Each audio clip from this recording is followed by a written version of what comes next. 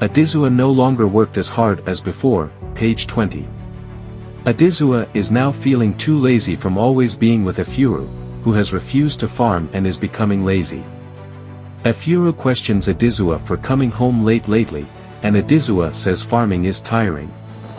Efuru advises him to change his occupation to yam trading, and he succumbs. When the market becomes bad too, they shift to trading in fish and crab. They amass a fortune from this new business, even though it is full of risks.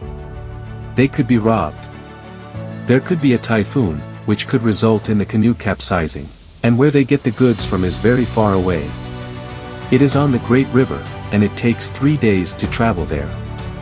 Aside from the risks involved, they make enough profit in 4 trips, 100% profit. It's this time they decide to pay Efuru's dowry, after a year of being together. Efuru's family is however happy to see their prodigal daughter back home.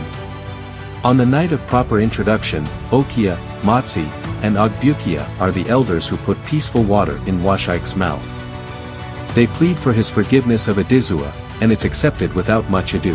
Efuru's dowry is finally paid. After a year, she is unable to conceive. This bothers her so much that she begins recounting her mother's story, whether or not it is repeating itself. Her mother found it difficult to bear a pregnancy, and when she eventually did, it was a single child, which turned out to be Efuru. Efuru seeks help from her father, and she's taken to a dibia, spiritual father.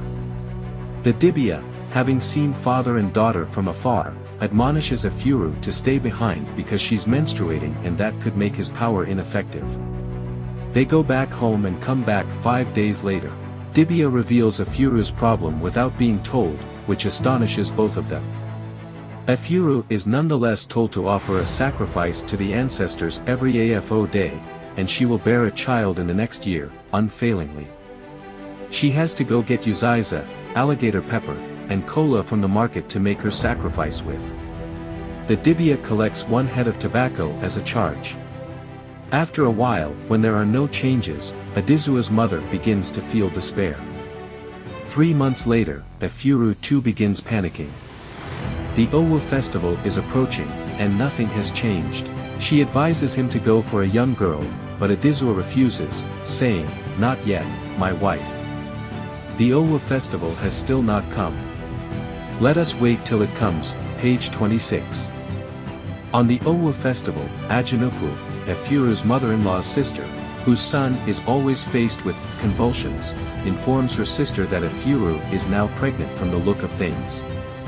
Ajinupu says, she smelled it. Adizua's mother gets home, and she confirms the pregnancy. Ajinupu visits them one day and sees Efuru eating agbono soup, a forbidden soup for a pregnant woman. She yells at her sister. Before she leaves, she tells them all the do's and don'ts of being pregnant. After a long, stressful, and partying day, Efuru delivers a bouncing baby girl with the help of Ajinupu. Efuru never believed it. Efuru and Adizua go back to Dibia to show gratitude. While going, Efuru suggests they buy 2 heads of tobacco, cola nuts, a fowl, and some yams along with them. The dibia sees something strange when breaking the cola nuts. He only sees 2 pieces, and it's a bad omen. He tells them to be calm but should come back on each day. Unfortunately, on Nkwo day, a day to the appointed day, Efuru hears that the dibia died in his sleep.